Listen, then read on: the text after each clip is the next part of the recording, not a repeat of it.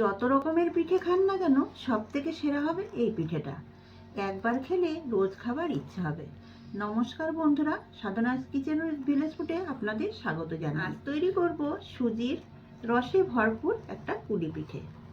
আসুন রেসিপিটা তৈরি করে নিই। উনানের উপর কড়াইটা বসিয়ে দিয়েছি। এখানে আমি নিয়ে নিয়েছি এক বাটি সুজি। সুজিটাকে ভেজে নেব।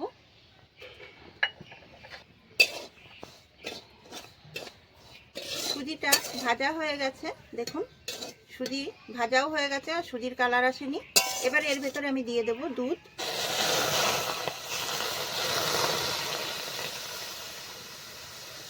দুধটা দিয়ে হালকা আছে এটাকে তৈরি করে নিতে হবে। একবারে বেশি জাল দেওয়া যাবে না, জাল দিলে সুজিটা দুধ টেনে নেবে আর সুজিটা ভালো করে সেদ্ধ হবে না। সুজিটা দলা পেকে আসছে, সুজিটা যখন কড়াই থেকে ছেড়ে যাবে তখন সুজিটা তৈরি হয়ে যাবে। দেখুন সুজিটা কিন্তু দলা পেকে আসছে, সুজিটা এখন হয়ে গেছে। এবার নামিয়ে নেব। এখানে আমি একটা থালা নিয়ে নিয়েছি, থালার ওপর উঠিয়ে নেব।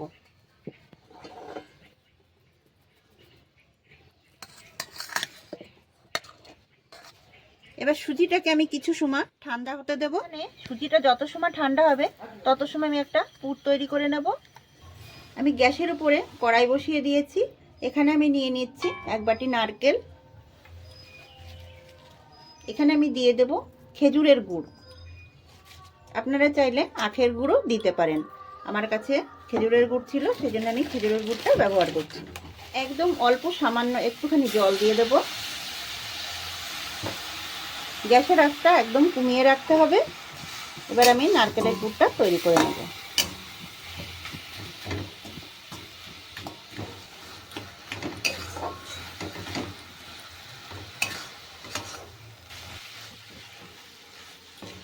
দেখুন পুরটা আমার তৈরি হয়ে গেছে। এবার আমি এটাকে নামিয়ে নেব। কড়ার থেকে কিন্তু পুরটা একদম ছেড়ে আসছে। নারকেলের পুরটা এরকম সময় নামিয়ে নিতে হবে। কড়াইটা বসিয়ে দিয়েছি, দিয়ে দেব 2 কাপ জল।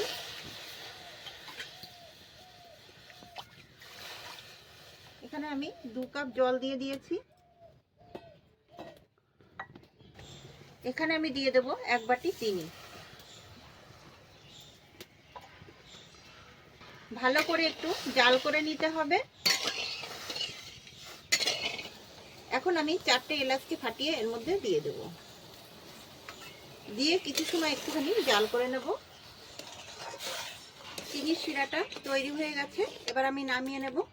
দেখুন একটা পাত্রের মধ্যে আমি ঢেলে নেব।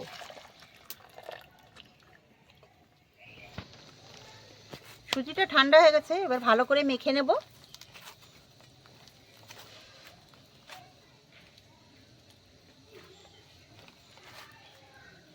এর ভিতরে দিয়ে দেব 1 চামচ মতো ঘি।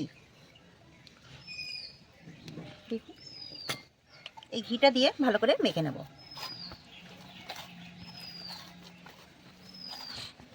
সুজিটাকে খুব ভালো করে মাখতে হবে যাতে দানা ভাবটা না থাকে। দেখুন আমি কত সুন্দরভাবে একদম মিহি করে মেখে নিয়েছি। এবার এটাকে আমি 3টে ভাগে ভাগ করে নেব।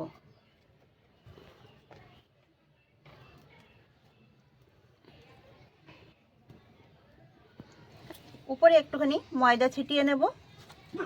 এবার একটা রুটির মতো বেলে নেব। একটু হাত দিয়ে চেপে চেপে নিতে হবে।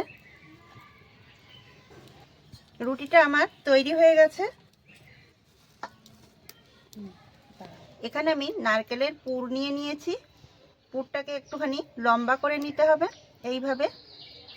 এবার আমি এইভাবে দিয়ে দেব, এরকমভাবে দিয়ে দিতে হবে। এখানে একটা বাটি নিয়ে নিয়েছি আমি। এই পিঠেটা কিন্তু যে কেউ তৈরি করতে পারবে।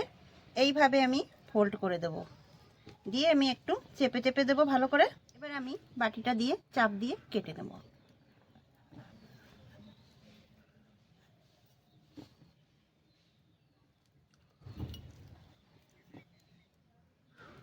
দেখুন একটা পিঠে আমার তৈরি হয়ে গেছে। এরকমভাবে আমি সবগুলো তৈরি করে নেব। দেখুন সব পুলি পিঠেগুলোকে আমি তৈরি করে নিয়েছি। এরকমভাবে কিন্তু সব পুলি পিঠেগুলো তৈরি করে নিতে হবে। পুলি পিঠেগুলোকে এখন আমি ভেজে নেব। তেলটা গরম হয়ে গেছে, এক এক করে পুলি পিঠে ছেড়ে দেব।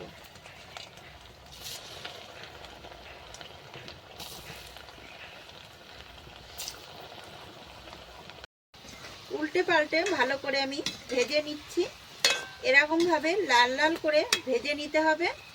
দেখুন এগুলো আমি একটু পরে দিয়েছি, যার জন্য এগুলো এখনো ভাজা হয়নি, কিন্তু বাকি যেগুলো এগুলো আগে দিয়েছিলাম সেগুলো কিন্তু ভাজা হয়ে গেছে। এবার আমি এখান থেকে তুলে চিনির রসে ভিজিয়ে আমি আগে থেকে কিছু পিঠে এর মধ্যে ভিজিয়ে দিয়েছি। দেখুন বাকিগুলো আমার ভাজা হয়ে গেছে, এগুলোকেও আমি চিনির রসে ভিজিয়ে দেব। বাকি পিঠেটাকেও আমি চিনির রসে ভিজিয়ে দিচ্ছি। কিছু সময় ঢাকা দিয়ে রেখে দেব। এখানে আমি ঢাকনাটা তুলে নিচ্ছি। দেখুন চিনির রসটা কতটা টেনে নিয়ে গেছে আর পিঠেগুলো কত সুন্দর হয়েছে। এবার একটা প্লেটে আমি সাজিয়ে নেব। এখানে একটা প্লেট নিয়ে নিয়েছি, একটা একটা করে আমি প্লেটের মধ্যে সাজিয়ে নিচ্ছি।